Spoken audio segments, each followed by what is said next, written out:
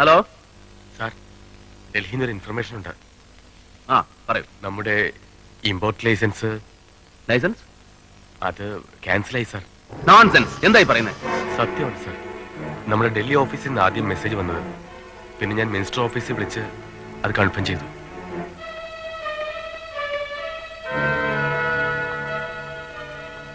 അവർ കാരണമല്ലെന്ന് പറഞ്ഞു. ഇല്ല സാർ. എന്താ ഉണ്ടായേ?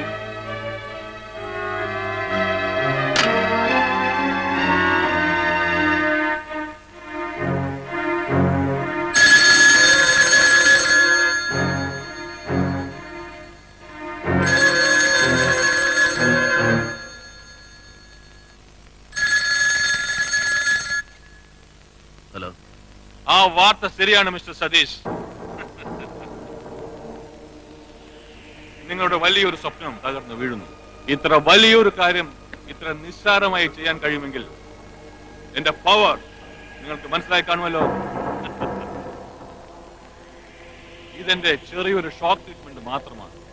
നിങ്ങളുടെ കമ്പ്യൂട്ടറിൽ ഇനിയൊരു വൈറസ് കയറി പറ്റണമെന്ന് നിങ്ങൾ തന്നെ തീരുമാനിക്കും.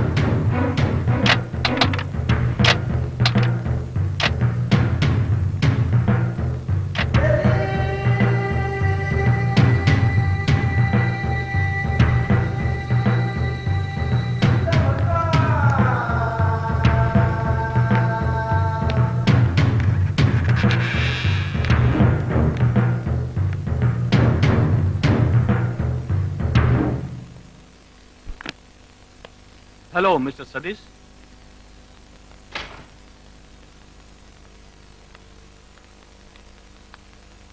എനിക്കറിയാം നിങ്ങളിവിടെ എന്നെ ഒട്ടും പ്രതീക്ഷിച്ചില്ലെന്ന്. ഞാൻ വന്നത് സോറി പറയാനാണ്. ഒരു ആവേശത്തിന് നിങ്ങളോട് ചെയ്ത തെറ്റിന് സോറി പറയാൻ. Shall I sit here? Thank you. Thank you. ഞാൻ കരുതിയതിനേക്കാൾ ഒരുപാട് ഹാൻസമാണ് നിങ്ങൾ. Like A Bollywood star. Now I will come to the point. വളരെ മാന്യനായ ഒരു ബിസിനസ്സുകാരനാണ് മിസ്റ്റർ സതീഷ്. ഇന്ത്യൻ കമ്പ്യൂട്ടർ രംഗത്തെ ഒരു പുത്തൻ പ്രതീക്ഷ. അങ്ങനെയുള്ള ഒരാളുടെ ജീവിതത്തിലേക്ക് ചിത്രയെ പോലൊരു പെൺകുട്ടി കടന്നു വരുമ്പോൾ ഉണ്ടാകുന്ന നഷ്ടങ്ങൾ എന്തിനാണ് ഈ റിസ്ക് ഒക്കെ ഏറ്റെടുക്കുന്നത്? സോ അവളെ എനിക്ക് വിട്ടു തന്നൂടെ? അതിനു പകരം നിങ്ങൾ ചോദിക്കുന്നത് എന്തും ഞാൻ തരും. എന്തും. നിങ്ങൾ എനിക്ക് എന്തൊക്കെ തരും? അനിതാ കുൽക്കർണിയുടെ പേരിൽ ഓൾഡ് ഡൽഹിയിലുള്ള നിങ്ങളുടെ 10 നില ഷോപ്പിംഗ് കോംപ്ലക്സോ, അതോ സൂസന്ന ജോണിന്റെ ചാന്ദിനി ചൗക്കിലുള്ള കലാക്ഷേത്രം എന്ന പരിപാവനമായ പേരിട്ട് വിളിക്കുന്ന നിങ്ങളുടെ ആ നക്ഷത്ര വേശ്യാലയമോ, അതോ ഒന്ന് തുമ്മിയാൽ തെറിക്കുന്ന ആർക്കും എപ്പോഴും കയറിയിരിക്കാവുന്ന നിങ്ങളുടെ മാനിപ്പുലേറ്റർ എന്ന പദവിയോ? പറയൂ. പകരം നീ എന്തൊക്കെ തരും എനിക്ക്? സതീഷ്, നിങ്ങളുമായി ഒരു ആർഗ്യുമെന്റിന് എനിക്ക് താല്പര്യമില്ല. എനിക്ക് ആവശ്യം ചിത്രയാണ്. എന്തിന്? നിങ്ങൾ ഒരാൾ വിചാരിച്ചാൽ ഈ രാജ്യം നന്നാവില്ല. നിങ്ങൾക്ക് ഇപ്പൊ പറ്റിയ നഷ്ടം വളരെ ചെറുതാണ്. നാളത്തെ പത്രങ്ങൾക്ക് ഒരു ബിസിനസ് രാജാവിന്റെ ദയനീയമായ തകർച്ചയുടെ നിറം പിടിപ്പിച്ച കഥകൾ ഉണ്ടാക്കാൻ ഇടം കൊടുക്കണോ?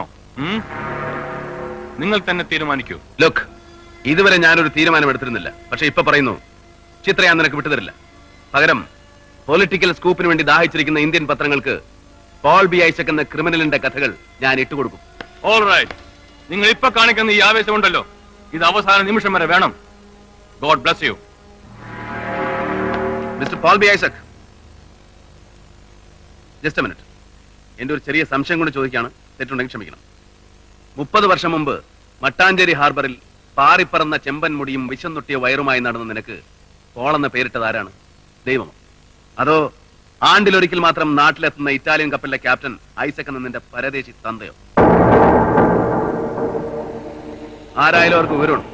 കാരണം പോളിന്റെയും ഐസക്കിന്റെയും ഇടയിൽ ബാസ്റ്റഡ് എന്നൊരു ബി ചേർത്ത് നീ ഇത് പോൾ ബി ഐസക് ആക്കുമെന്ന് അവർക്ക് അറിയാമായിരുന്നു. 10 ഗുണം 10 ഗുണം. That's right. Miracles. ഒരുപാട് മിറാക്കിൾസിന്റെ പ്രോഡക്റ്റ് ആണ് ഞാൻ. അല്ലാതെ ത്രിവർണ്ണ പതാകയുടെ ബലത്തിൽ പ്രാസത്തിന് വിപ്ലവം മാറ്റി പൊടിയും പിടിച്ച് തടി കേടാക്കി രാജ്യരാമനം നാടുവിട്ട് ഒടുവിൽ അങ്ങ് ഡൽഹിയിൽ പൊട്ടിമുളിച്ച തകരയല്ല ഞാൻ. ഈ നിൽക്കുന്ന നിന്നെ കൊന്നിട്ട് ഇതൊരു ആത്മഹത്യയാണെന്ന് തെളിയിക്കാൻ കഴിവുള്ള റിയൽ പൊളിറ്റിക്കൽ മാനിപ്പുലേറ്റർ. അറിയാം, കഥകൾ ഒരുപാട് എനിക്കറിയാം. 1000 പറ പണം കൊണ്ട് ഇന്ദ്രപ്രസ്ഥത്തിലെ ഇടനിലങ്ങളിൽ വിത്തെറിഞ്ഞ് ഗോൾഡൻ ഹാർവെസ്റ്റ് നടത്തിയവന്റെ കൊയ്ത്തുകാല കഥകൾ, അറബിക്കഥയിലെ രാജകുമാരന്റെ നാണം കെട്ട ചരിത്രം, എന്റെ കമ്പ്യൂട്ടറിന്റെ ഡാറ്റാ ബാങ്കിൽ എല്ലാം ഞാൻ സൂക്ഷിച്ചു വെച്ചിട്ടുണ്ട്. കഥകൾ, ആ കഥകൾ ഉപയോഗിച്ച് നിനക്ക് എന്നെ ഒരു ചുക്കും ചെയ്യാനാവില്ല. ഒന്ന് തൊടാൻ പോലും കഴിയില്ല നിനക്ക് എന്നെ. Because I am Paul bastard Isaac. നിനക്ക് ഓർത്തു വെക്കാൻ പകരം ഞാനൊരു പേര് പറഞ്ഞുതരാം. സതീഷ്. ഒറ്റപ്പാലത്ത് മുല്ലക്കൽ കൃഷ്ണമേനോൻ എന്ന ബ്രിഗേഡിയർ KM മേനോൻ ജനിച്ച പ്രയാറിയൻ സതീഷ്. ആവേശം വരുമ്പോൾ ഉരുവിടാൻ മനസ്സിൽ ഒരു 1000 തവണ കുറിച്ചു വെച്ചോളൂ. God bless you.